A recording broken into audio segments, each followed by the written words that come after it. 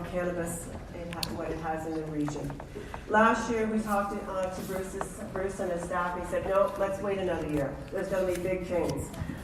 Big change did happen on October 17th, 2018 of this year, where recreational marijuana became legal. For Bruce, this is just the beginning. I'd like to call upon Bruce-Linton to tell us what's next. Bruce?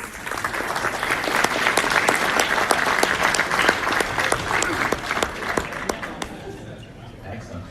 I think you kind of made part of that up. I think I was supposed to show up, and I didn't. That was a couple years ago. It was 3 years ago. I think I was supposed to show up, and I didn't. So I'm actually here because I still feel guilty. And when I say that, I actually took a red eye from Las Vegas last night so I could be here. And then I said, but I'm only coming here to present at 11 because I got to go home and have a nap because I have another event tonight. I hope you guys won't be offended, but we generally refer to this region as the Greater Smiths Falls area. And one of the rules, sort of, is people say, well, if I get a job in the tweed factory, do I need to move to Smiths Falls? And my answer is, well, if you want to be successful, yes, because you get a snow day like this. And you call me and say, well, I'm going to be half an hour late. And then maybe like a week later, your dog's sick and you're going to be half an hour late. On the third time, you say, no need to come in. And it's not that we're mean, we're running a very regulated and controlled industry. And you can't stay half an hour late with a bunch of marijuana plants. Right? So it's a very structured thing. So I think it caused quite a few houses to be sold. But what I want to do is play a couple of videos because there's a lot of slides and presentations. So I have two videos. At the end of it, you guys will try and guess, maybe as part of your lunchtime homework, which one's entirely true. So why don't you hit those? I think you got that one started at the beginning. The most interesting thing that's going to happen on October 17th. The most interesting thing that's going to... Can we go with the other one first? Yeah, that's better. By the way, this was an idea I had about 5 minutes ago to play the videos. So it's really mostly my fault if it's not working perfect.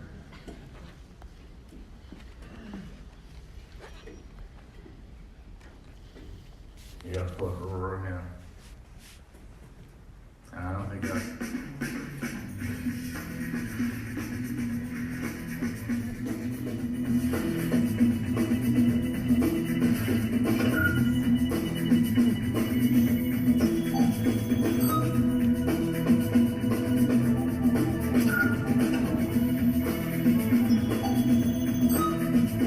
Mark, what's the code again? Bruce, same as last month. 420. Can we change that sometime?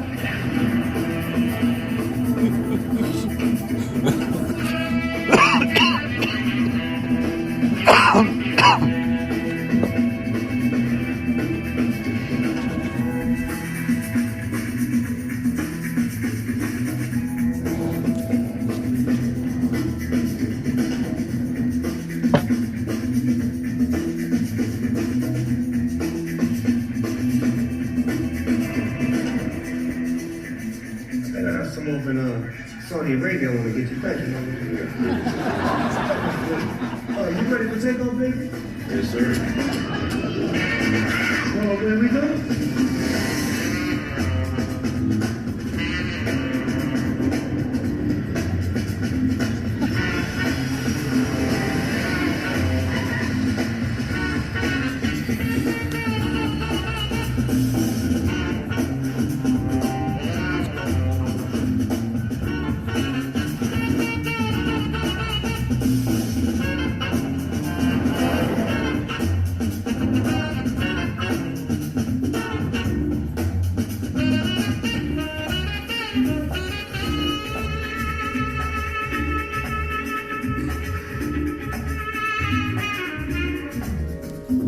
Hey Vic, how are we doing on the count? 99,996. 99,997. 999. Dude. No. We're gonna have to start again. No!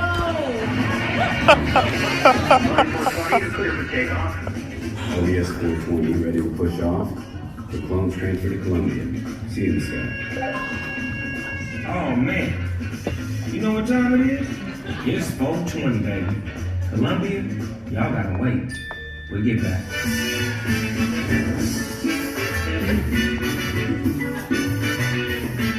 Bruce is not with the young children. I don't know.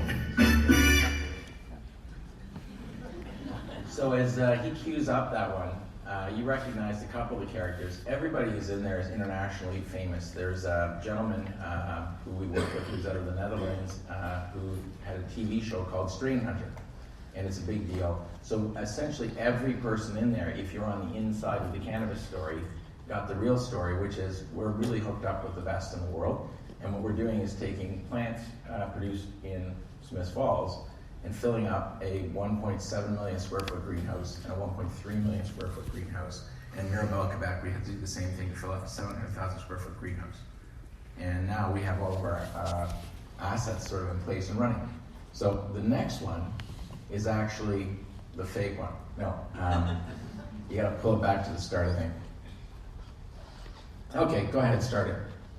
The most interesting thing that's going to happen on October 17th is how the world sees us.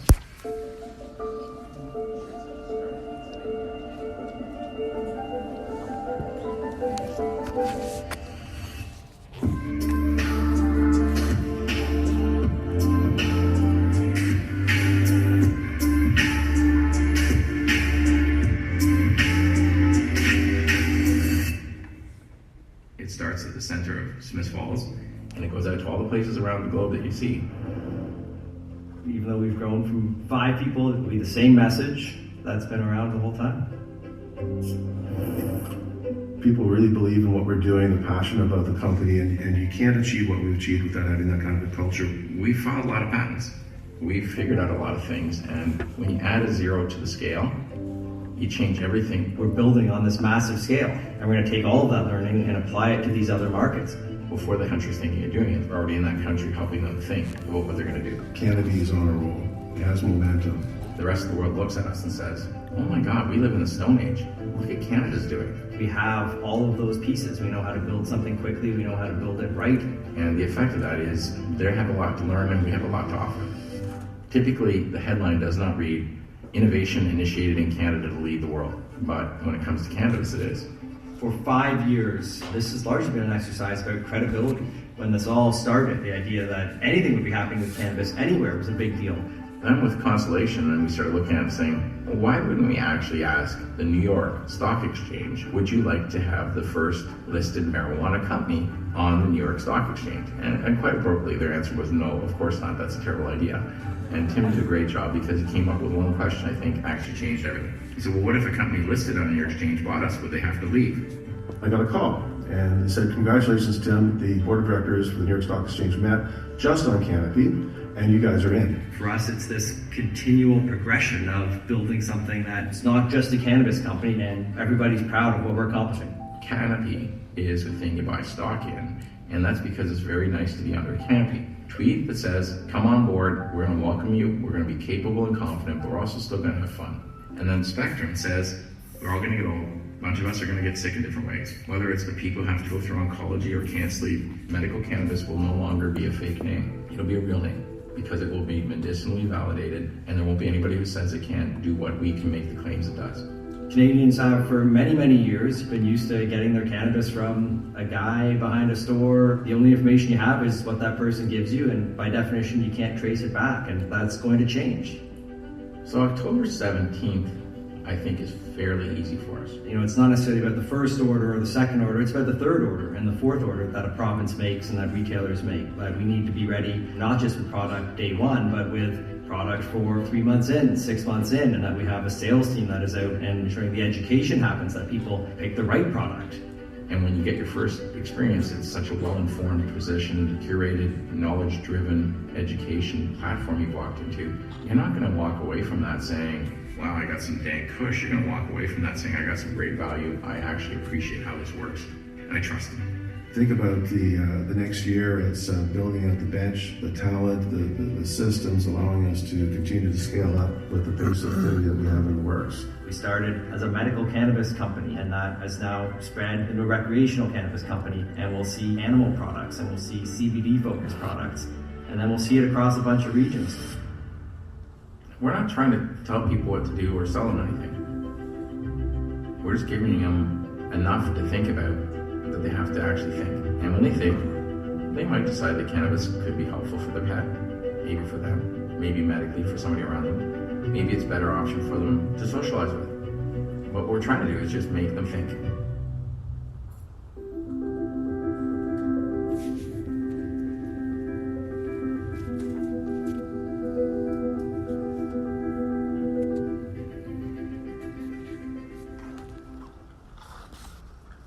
Okay.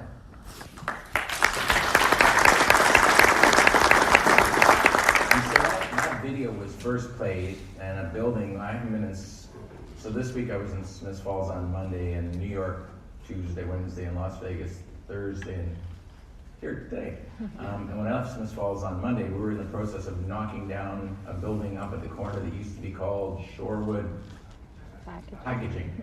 It is now called the Not There Anymore building, I bet.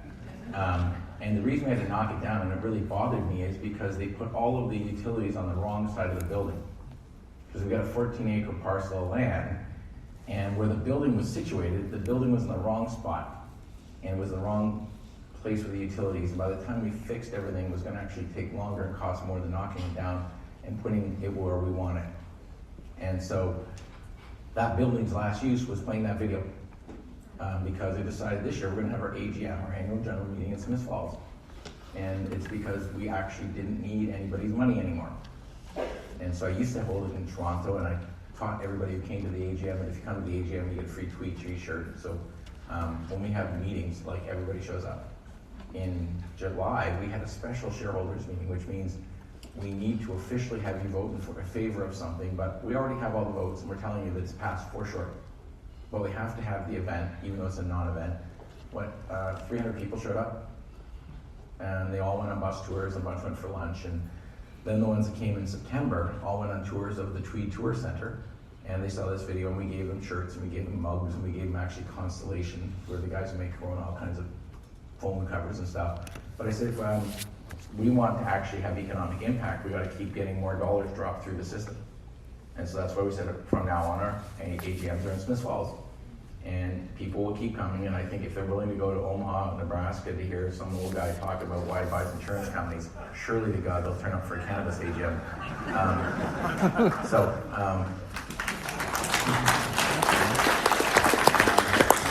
Those are the sort of conscious things. So I'm going to walk through a few slides and tell you a little bit about how we think about things. And I think we're the first ever Smiths Falls headquartered company traded on the New York Stock Exchange. I'm not totally sure, but I think. Or maybe we're the first ever company headquartered in Smiths Falls traded on any exchange, and that's a big advantage over a branch plan. So I called the person who put the slides together because I looked at them like half an hour ago and said, well, they're not quite right, but I'll update them to the crowd and got to update them in the system. This is who we are in Canada. But the company that started in Smiths Falls is in 12 countries.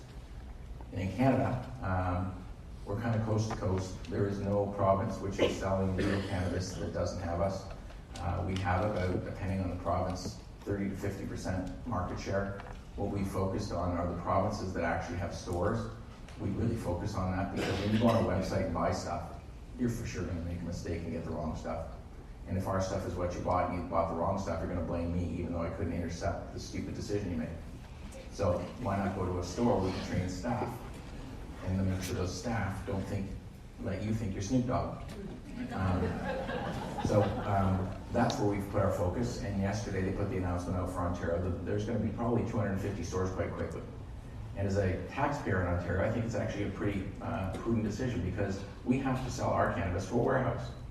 That warehouse will then push the products to stores, and those stores the province doesn't have to pay for building. And so that warehouse is going to be an extremely profitable warehouse. And the stores will be more numerous, and the province will have no capital tied up.